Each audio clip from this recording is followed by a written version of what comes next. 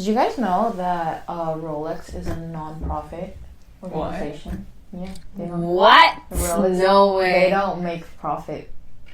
That's lies. How come? Because it's owned by a foundation in Switzerland. That's interesting. But yeah. Holy crap. Apparently Rolex, when it was first made, it was made to be an affordable watch brand. So it wasn't supposed to be a luxury brand? Yeah. Damn. Yeah. The more you know. Right. Let's talk about fear. Our fears, I guess. Hi, I am Lee. I'm Lala. And I'm Zoe. And this is Faceless Voices. Yes. So what is your guys' fear in a relationship? Although Zoe and I are going to be talking out of our asses because... Yes. We out of our imagination, all theoretical. Yeah.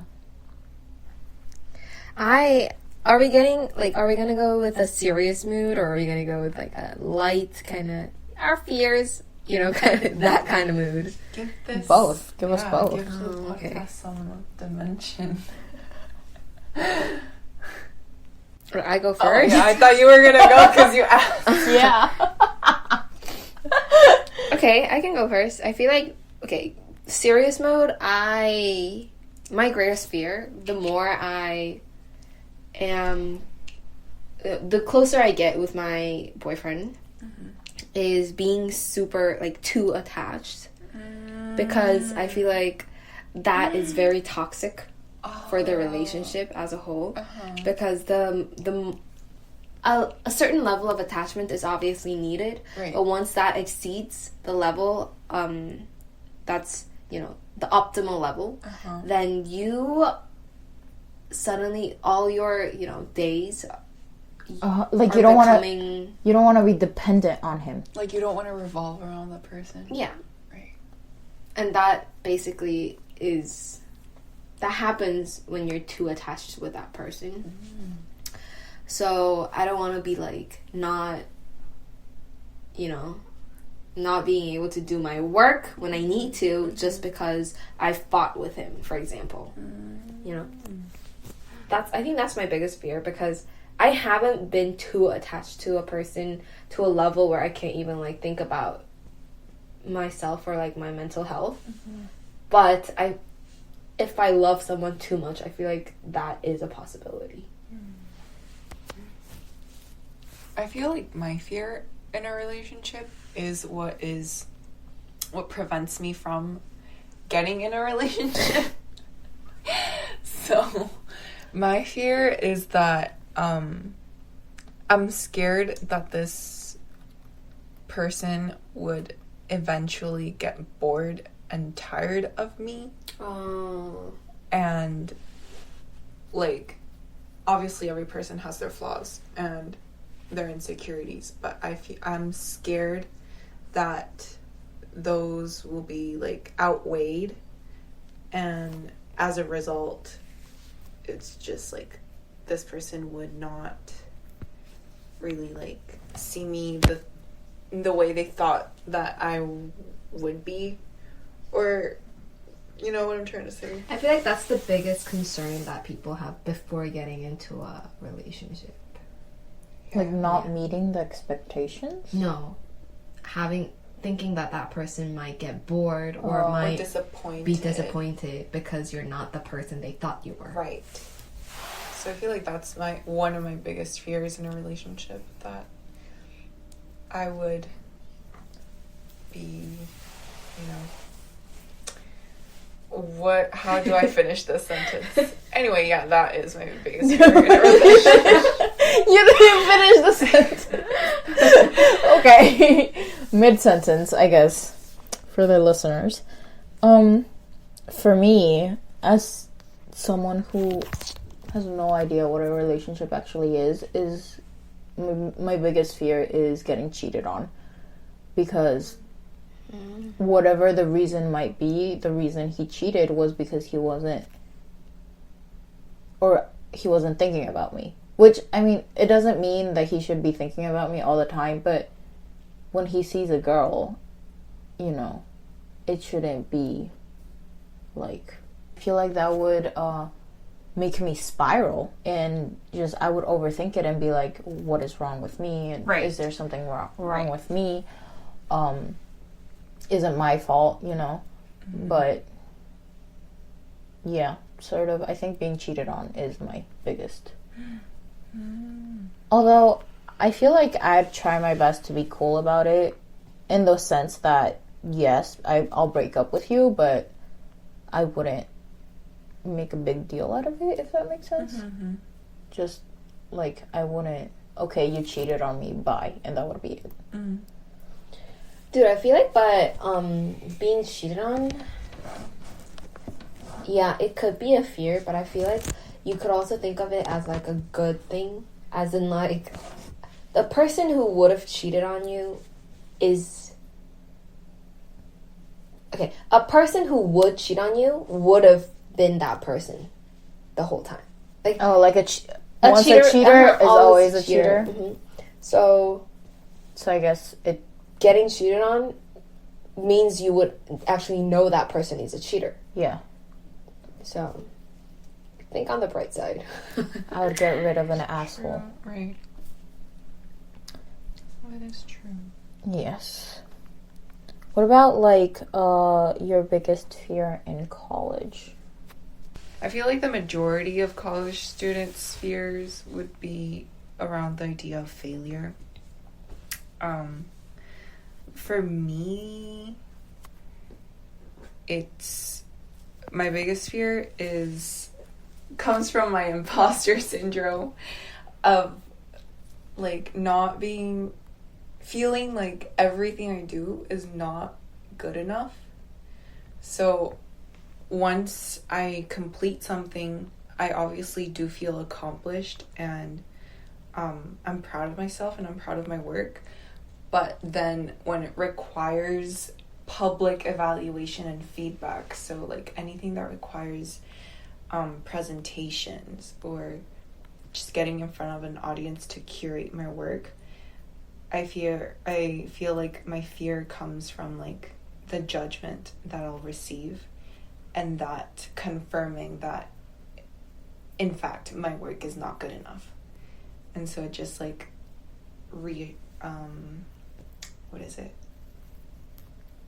reinforces my imposter syndrome.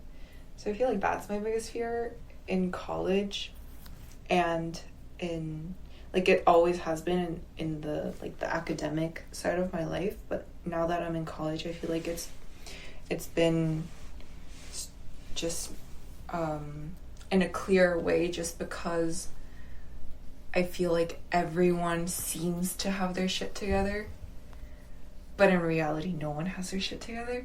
It's just everybody's faking it. So you just feel like you're pressured into actually trying to have everything put together and seeming like you understand everything. So I feel like that's one of my biggest fears. It's really similar to mine. I think mine is people thinking I'm not worthy of the place I'm going to. Yes. So basically, Yes. Imposter syndrome. yeah, I guess. But to be exact is like, I feel like the college I go to right now is a pretty prestige college. It is So prestigious. Pretty prestige. So I feel like people around me are, way better than me. And I feel like they might realize that as soon as I do something. Yes. Oh my gosh, this is so true. Like, this is why. Like, just because, what is it? I feel like international Koreans have, like, they don't have the most positive reputation or the most positive image amongst, like, the native Korean students that attend these prestigious universities.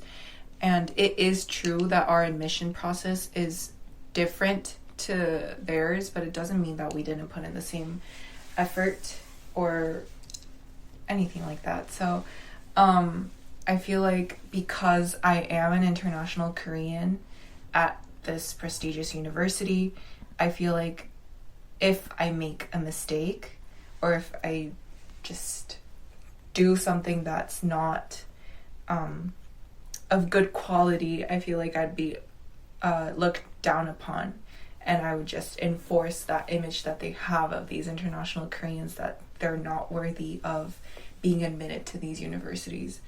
So I feel like that's always like a piece of fear and anxiety that tags along with anything I do. I think for me as well, because one of the multiple reasons I had for quitting pharmacy school was imposter syndrome, and I definitely just feel like I didn't belong there, and that I felt that everybody was looking down upon me, but nobody knew me, which is stupid. But nobody knew who I was, and I still felt that way. And so nobody knew that I was an international student. Right. Nobody knew, but I still felt that way because I felt like everybody just had their shit together until our chemistry professor uploaded all of our grades for our final exam. The highest grade was a 64 or 63. So I was like, I wasn't the lowest grade. What the hell? So that kind of shocked me, but that was also after I decided to quit. So yeah. And I feel like now that I'm restarting university at a new school this March, I still have that fear that I'm not that imposter syndrome, and that, that I'm gonna be looked down upon and everybody's gonna think that I don't belong there. Which is exactly what I felt when I would walk into my school building. I didn't even go to school for 2 years. For the 2 years that I was in pharmacy school, I didn't go to school. I only went to take the exams, but I still felt that everybody was looking at me every time I would walk into the exam room. But yeah, I think for me as well, it getting expelled, because it is my biggest fear. That is a big fear I have. My parents would be so disappointed. Yeah, just my parents, and myself, and just failure, like you said, like Soy said, is failure academically is my biggest fear. But also in the societal aspect, I guess, just sort of becoming the enemy amongst the students, and just bad rumors if they spread about me in that way. I feel like mine's a little different. I feel like failure itself is not a fear, but people thinking I'm a failure. That's for me too. So I could fail. I could get an F in my grades, and I wouldn't feel I would feel a little disappointed, but I wouldn't be like, shit, this is the end of the world. But if others found out that I got an F, that would be a different level, I feel like. Oh, for me, my first chemistry exam, I got an F. I got, I think the score was a 43. And then the professor said he was going to upload the grades, everyone's grades. Holy so that it's public. And the panic that rose over me. And then I checked it, and I wasn't the lowest score. And I was like, how am I not the lowest score? It's a 43. No, it was like a 40. Yeah, I think it was a 43. But how am I not the lowest score? Like, what is going on here? Wow. Yeah, that was an experience for me. That was the first time I was like, I need to quit. But yeah, my first exam was when I realized I needed to quit. What about your greatest fear in, everyday life? Just general fears. Mine are so stupid. Go ahead. Mine's pretty stupid too. Mine is getting stung by a bee. Really? Oh, that is a fear, though. It's because I've never gotten stung by a So bee. you don't know if you're allergic. Exactly. I don't know if I'm allergic. I don't know if, like, I don't know how bad it's gonna hurt. Like, it's sort of the... And that's why I'm so afraid of bees. But also, one of my other biggest fears is getting appendicitis. But it's because I've never gotten appendicitis. I don't know.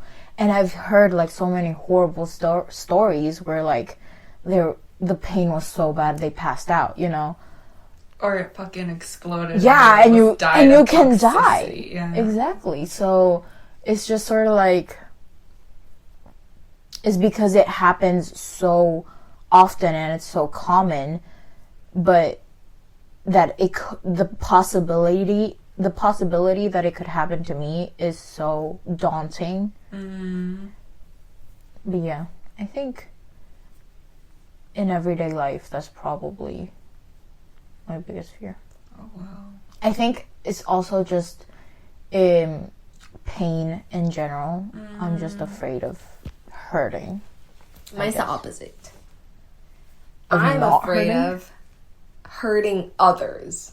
It's not exactly the opposite, but okay. So instead of me getting, hurt, it's me hurting others because this is a fear that just like gradually increased as I was getting older, and this year especially because I got into an accident. It was a skateboard accident, and I accidentally hit someone with a skateboard. It was an accident, okay? And it was because I fell down, and then the skateboard just went right at the woman who was standing in front of me.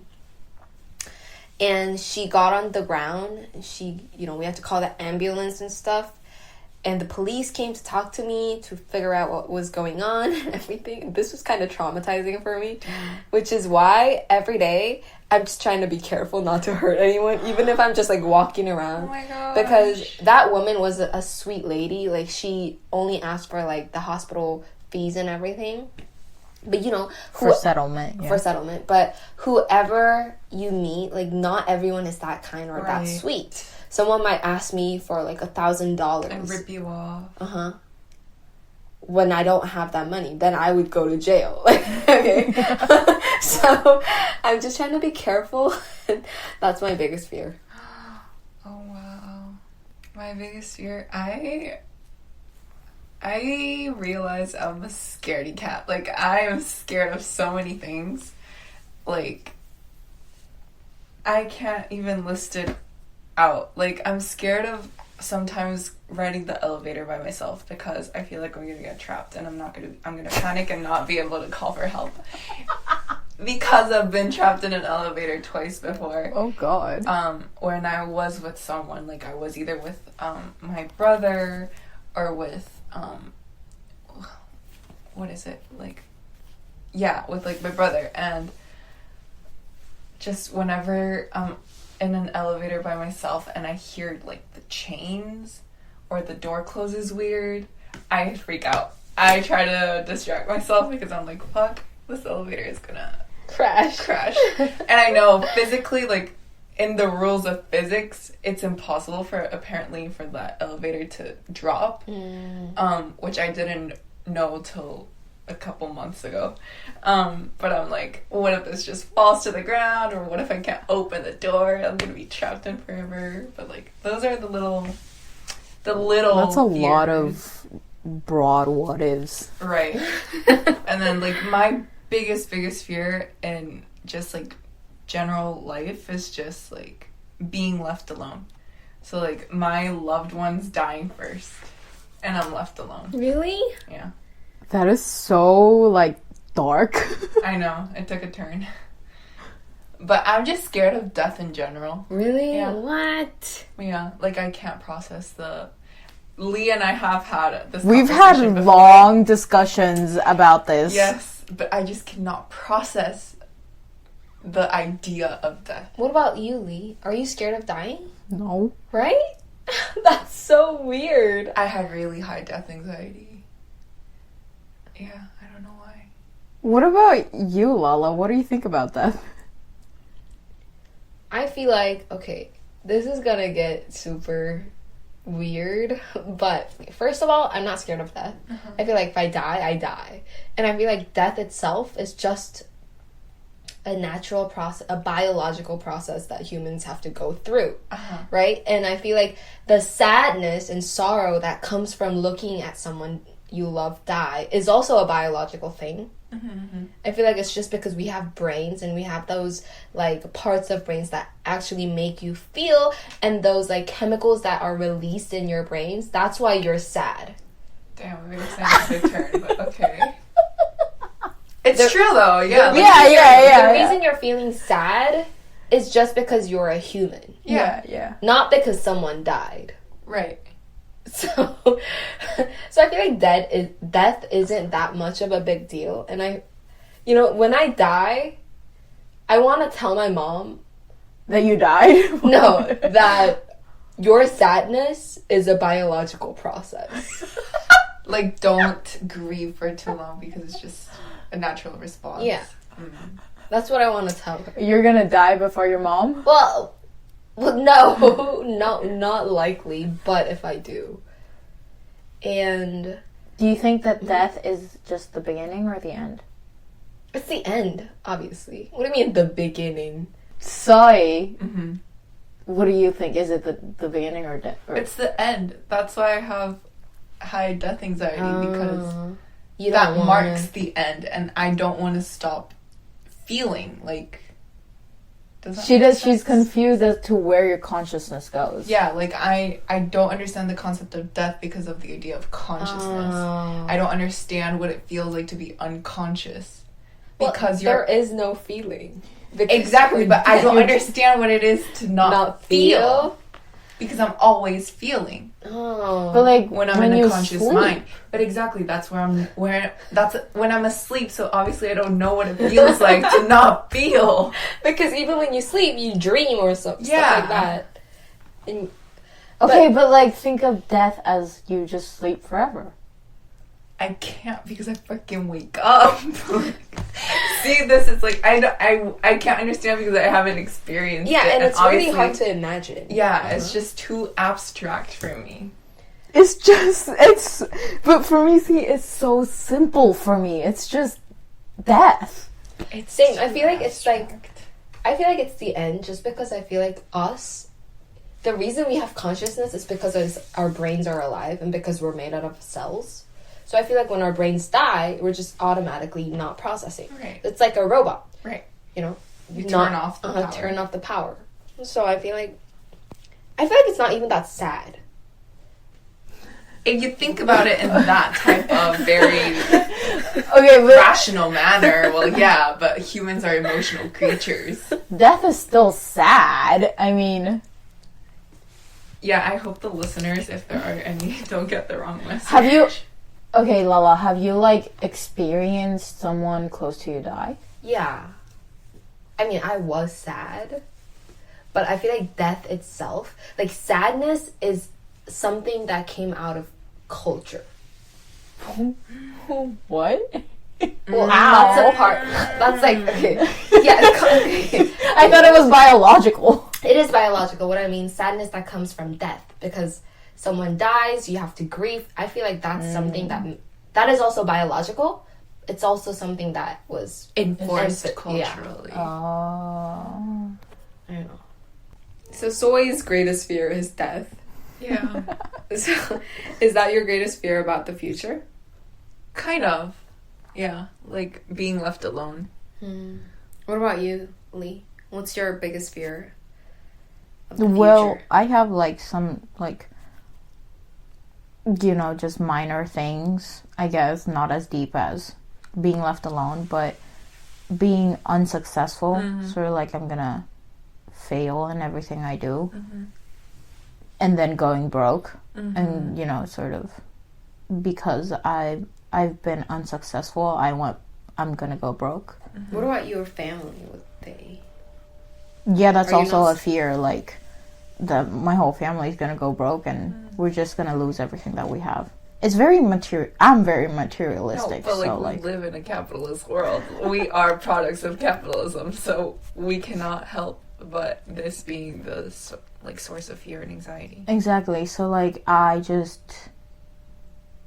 it's just that basically it's like I'm afraid that I'm gonna lose what I have right now and everything that I have right now, including just like the stuff that I have and the lifestyle that I have, because I'm unsuccessful basically, and sort of all the work that I've put into my future would go to waste. My greatest fear about the future is similar to Lee's, but it's like in one sentence I could summarize it into not being worthy of the amount of money my parents spent on me. Oh my god. Wow. So I feel like my parents spent quite a lot of money just for my, education from when I was in kindergarten, elementary to college, plus, my living expenses while I was living with them and until now, all that stuff. You feel indebted by your Oh, yes, definitely. That's the different part. That's the part I'm different when you're living with parents who work for a company who can get fired anytime. No, I also feel, I wouldn't say in debt, but I want to, or I do feel like, because I'm a product of their investment, I owe them something to express my gratitude, because I wouldn't be at the place I'm at if it wasn't for their, like, support and investment, if that makes sense. Lala, when you have kids, do you want Them to return something? No, I don't. I don't, but I kind of grew up I grew up in an environment where my parents, they wouldn't do it consciously, but I feel like unconsciously they would say stuff like,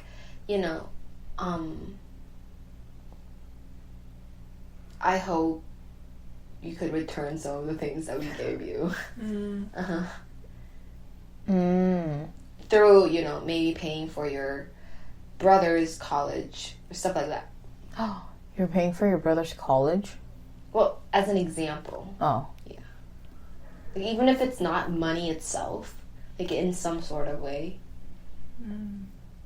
Well, yeah, my parents too, they had that sort of like a give and take kind of thing. If I give you this, you give me good grades. If I give you this, you do that. But I don't think it was ever in the way that...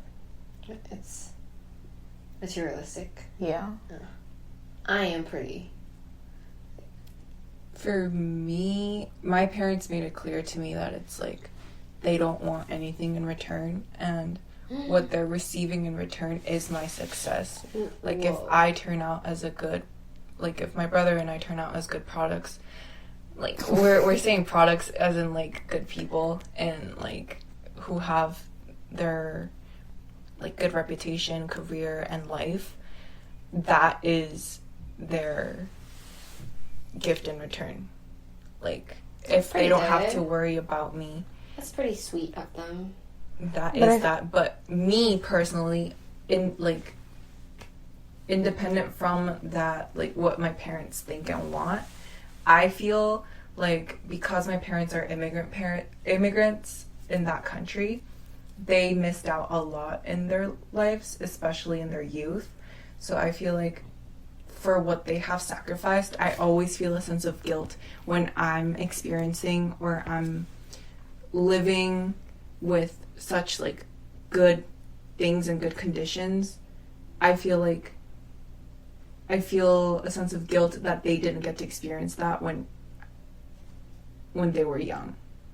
And I feel I owe them the opportunity to be able to, live that and experience that with my success. This is getting way too deep for what the topic was. One more thing that I'm afraid of for the future is that my mental health is going to eat my brains from inside out. Holy fuck. That I'm going to somehow drive myself insane, somehow, somehow end up killing myself, honestly. And Oh, trigger warning.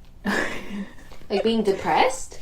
well, yeah, I guess, but also just sort of I'm afraid that my mental health is going to cause me not to be able to do things. Like it's gonna consume you and Yeah. not let you function properly. Exactly. Like I wouldn't be able to go outside. I I see what wouldn't you be mean. able to like interact with people, socialize, and just sort of do everyday things that I do now. And yeah, just end up leading to death, I guess. Because that happens, and like when someone gets in a very dark place, it is something that does unfortunately happen in our society. So I do see where your fear comes from. And I feel like that fear has gotten bigger living in Korea, just because mental health is such a big myth here. Stigma, it's so taboo. Right, that is very So it's just sort of like I have to deal with it on my own. true. Right. I feel like, so it's just sort of, if I keep, having to deal with it on my own, I have no idea how I'm going to turn out in the future. I'm not, how it's going to affect me. Just sort of the same way that how my childhood trauma is affecting me now, so if I have traumas now and unresolved mental illness now, then I don't know how it's going to affect me in the future. Right. And sort of that's what I'm afraid of. It's very valid. Yes. That was unnecessarily dark and deep, but should we move on to our last corner of our podcast, which is the balance game? Sure thing. Okay, so for the question that I brought is, so after you die, you go to hell. And in hell, you have to choose 2 rooms. Room 1 is living or reliving the moment you regret the most again and again. Or room 2, which is living in your biggest fear. These are both for all eternity. You're dead. You're in hell. Like, this is forever. Which one would you choose? I feel like I would choose to live in the experience I regret the most Why? instead of the fear, because I feel like I know like the experience I regret the most is something I probably did myself. Like it was a decision I had made, and regret, like, I feel like regret is bearable, whereas fear is not. Like, that fear induces so much anxiety, and I feel like that would be more difficult to endure than like the shame and embarrassment of regret. Yeah, same. I would choose to just, be in a repeated situation where I'm just in a situation where I'm regretting the things I've done. Because I feel like regret... Okay, first of all, I don't think I've regretted that much in my life. And even if I did, it is probably something very small that I would think when I think about when I'm old. Mm-hmm. You know what I mean? Mhm. Like, the things that I regret right now will be something very small later when I think about it again. Like, it wouldn't matter to you as much. Yeah. So I feel like fear is just too much. I can't. What about you, Lee? I feel like for me, it's also regret, but like your guys' points included as well, like I agree with those, but also I feel like fear is such an imaginary thing for me. Oh, in the wow. sense that, not in the sense that the fear is imaginary, but I feel like I haven't experienced my biggest fear, and because I haven't experienced it, there are so many possibilities that can happen that I can imagine. So many variables. Does that make sense? Because the thing that I regret already happened, and I already know what happens. But my biggest fear, I don't know how it happens. I don't know what I feel. I don't know how much of it I feel. Mm-hmm. So it's a lot of imagination. Right. Okay. Okay, well, that was it for today's episode. I hope everyone enjoyed. And we'll see you on the next one. Bye.